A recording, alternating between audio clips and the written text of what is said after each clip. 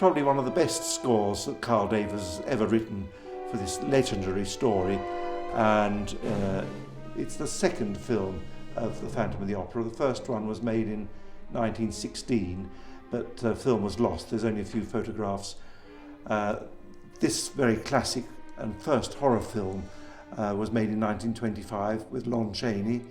There was a sort of a score existing then, but in 1995 Carl Davis wrote his own score on commission from Photoplay and Radio 4, Channel 4 silent films, and I have to say it's one of his best scores.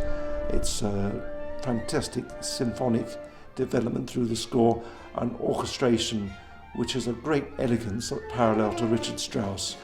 But it's actually, he said he thought it was a much easier score to do to accompany a film than the comedies, but I must say I find it's full of all sorts of traps, but I think I'm getting on top of it now. Do you want to see the... I've been to the Théâtre Garnier in Paris and was taken round the cellars, and do you want to see some photographs of what it looks like down there? That's me coming down there, and you'll see things like that actually on the film. A lot of what's in the cellar is exactly as in the film, but there's bits in the film which must be in a studio because that doesn't exist down there. There is a lake down there, but it's under a grating. The story is based on some things which are true in the Opera Garnier, but the story which happens in the film when the chandelier falls down didn't happen in Paris, it happened in London during one of Haydn's symphony, and they titled the symphony The Miracle Symphony because of the miracle, the chandelier didn't hit anybody or kill them. Quite a large orchestra, and one of the main instruments in the orchestra is the organ, which you see the Phantom playing often in the film.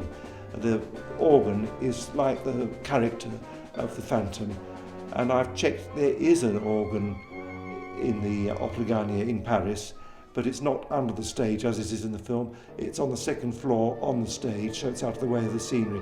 It's not working at the moment, but the organ is definitely there, and it would have to be there because of the opera around which this film is based is the Faust by Gounod, and there's a lot of Gounod quoted in the score, more than you would think. Unless you know Gounod well, you wouldn't spot it. The Jewel Song, scenes from the ballet, 2 ballet sections, and also the King of Tully later on in the film, and an introduction, all sorts of things. And what you see of the entrance hall and the various shots of the theatre itself is all absolutely as it would have been. The other thing which is really, really curious, if you look at the orchestra and the conductor, the conductor, when there's nothing on stage, he's right next to the stage with his back to the stage conducting the orchestra. When the curtain opens, he turns round, so in effect the orchestra is behind him. I've got books on the subject, and that was the tradition then. They conduct right next to the stage, and the orchestra will be facing toward the stage as they're playing. There's no time to have any emotional feelings. You've got to concentrate. Too much concentration. Yeah, there's too much concentration. You've got to try to make it sound spontaneous, as if you're improvising on the spot, but with 60 players there's no chance of doing that. So we get them to know the music first, but there's hardly any time to think about the music.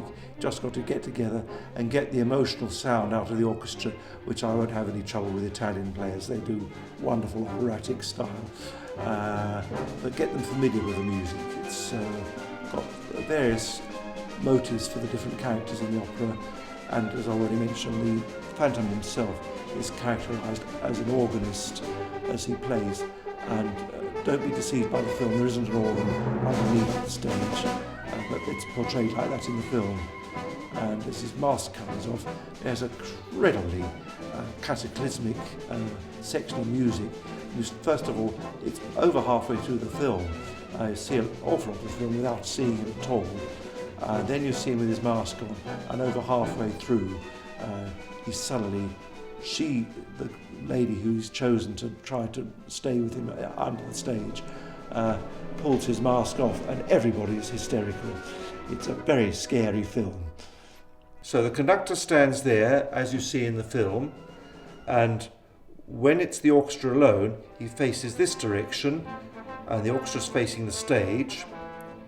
And when somebody's on stage, I know it's in a ballet, but even the ballet dancers need to watch the conductor to keep their footwork together. He turns round with his back to the orchestra, and they follow him from behind, which isn't done in modern times, but at that time it's the only way they could do it.